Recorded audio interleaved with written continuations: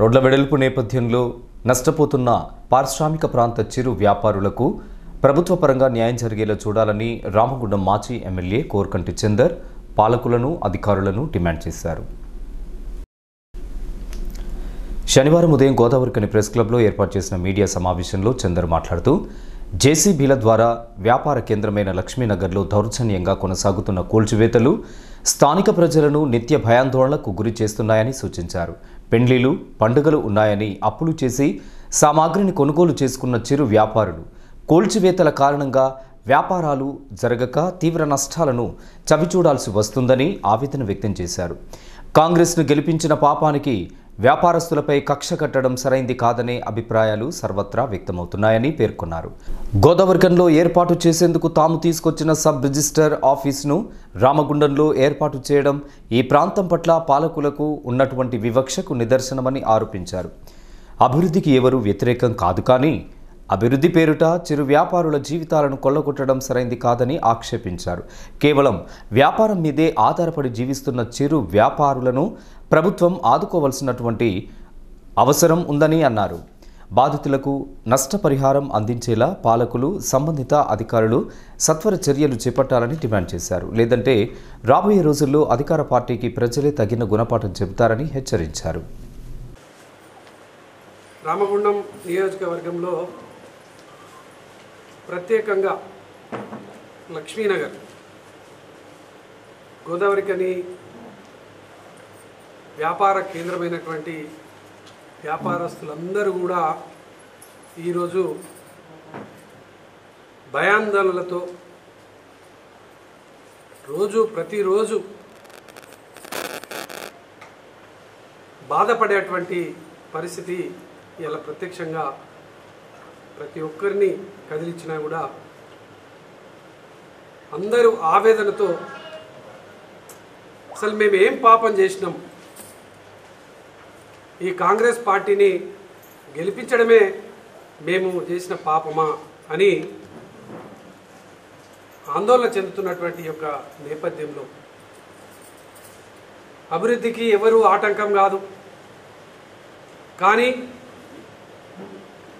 ప్రజల జీవితాలను కొల్లగొట్టి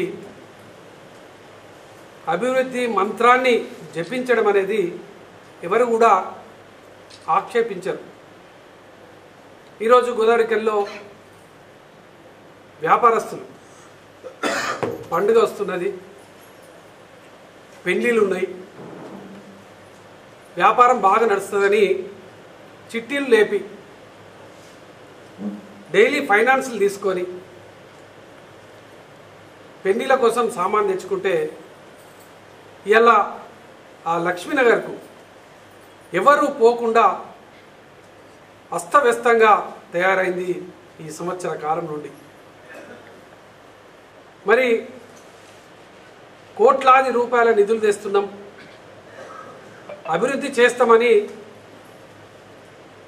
చెప్తున్నటువంటి అధికార పార్టీకి సంబంధించినటువంటి నాయకులు, ఎమ్మెల్యే గారు మరి ఈ యొక్క వ్యాపారస్తుల వ్యాపారాలు నడవకుండా ఇబ్బంది పడుతుంటే కనీసం చిన్న చిన్న దుకాణాలలో ఉండేటువంటి వ్యాపారస్తులు నెలలు దుకాణాలు నడవకపోతే వాళ్ళ పరిస్థితి ఏంది అని ఒక్కసారి ఆలోచించడం లేదు. మరి చిన్నగా అప్పుడు ఏదో జాగలు కొనుక్కొని రూమ్లు వేసుకున్నటువంటి వాళ్లకు ఫీట్లు రూమ్లు తీసేస్తారు. సరే, రోడ్డు వెడల్పని అంటున్నారు. మరి దాని ద్వారా అనే సొంత భూమి అక్కడ సొంతంగా ఒక భవనం కట్టుకున్నాడు. భవనాన్ని తొలగించేటప్పుడు మరి ఆయనకి ఏం నష్టపరిహారం ఇస్తారు? ₹1,00,000 ఇలా దాన్ని కూలగొట్టి మీరు కూలగొడుతున్నారు. మళ్ళీ కట్టుకోవాలంటే ₹1,00,000 కావాలి. మరి వాళ్ళ పరిస్థితి ఏంది? అభివృద్ధి అని అంటే జీవితాలను కొల్లగొట్టడమేనా? కుటుంబాలను రోడ్డు మీద పడేయడమేనా? అభివృద్ధి అని అంటే ఊరు అందంగా ఉండడం, సుందరీకరణతోని అభివృద్ధి అనేది మీరు చేస్తున్నటువంటి ఆలోచన కావచ్చు. ఒక కుటుంబాన్ని వాళ్ళు తినడానికి తిండి, కట్టుకోవడానికి బట్ట, పిల్లలు చదివించుకోవడానికి డబ్బులు, ఏదన్నా ఉపాధి అవకాశం చేస్తే ఆ కుటుంబం నిజంగా అభివృద్ధి చెందినట్టు లెక్క. సంవత్సరం గడిచింది కదా, మరి సంవత్సరాలలో కనీసంగా నా రోడ్డును వేయలేకపోయారు. ఎన్ని రోజులు ఈ ఇబ్బందులు? మిమ్మల్ని గెలిపించినందుకు ఎందుకింత ప్రజలను ఇబ్బందులు పెడుతున్నారు, వ్యాపారస్తులను ఇబ్బందులు పెడుతున్నారు? మీకేమన్నా కోపం ఉన్నా, కక్ష ఉన్నా దయచేసి జీవితాలను, వాళ్ళ కుటుంబాలను ఇబ్బందుల పాలు చేయకండి. మీకు నిజంగానే అభివృద్ధి చేయాలని ఉంటే వాళ్ళ కుటుంబాలను కూడా ఆలోచించండి. ఈ ఊరును అభివృద్ధి చేయాలని అంటే మీ ప్రణాళికను మీరు చేసుకొని పోండి. కానీ ఎవరైతే నష్టపోతున్నారో, ఈ రోడ్డు వెడల్పులో భాగంగా, ఈ సుందరీకరణలో భాగంగా నష్టపోతున్నారో వాళ్లకు నష్టపరిహారం ఇవ్వాలని ఇలా బీఆర్ఎస్ పార్టీ డిమాండ్ చేస్తూ ఉన్నది.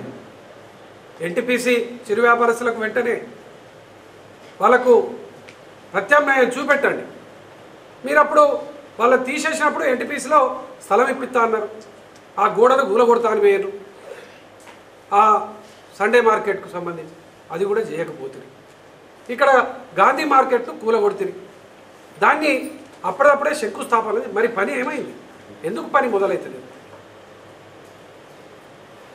ఇట్లా మీరు ఈ కక్ష సాధింపుతోని ఏదో సాధించాలని ఈ చిన్న చిన్న కుటుంబాలను రోడ్డు మీద పడేయద్దని ఈ సందర్భంగా నేను ఈ యొక్క అధికార పార్టీకి సంబంధించినటువంటి వాళ్ళందరినీ కూడా కోరుతాను. ఈ మీడియా సమావేశంలో బీఆర్ఎస్ నాయకులు గాదం విజయ, కల్వచర్ల కృష్ణవేణి, బాదే అంజలిదేవి, అయితే శివకుమార్, బొడ్డు రవీందర్, నారాయణదాసు మారుతి, రాకం వేణు, మెతుకు దేవరాజ్, జక్కుల తిరుపతి, కవ్వంపల్లి కనకలక్ష్మి, స్వప్న, తిమోతి, తోకల రమేష్ తదితరులు పాల్గొన్నారు.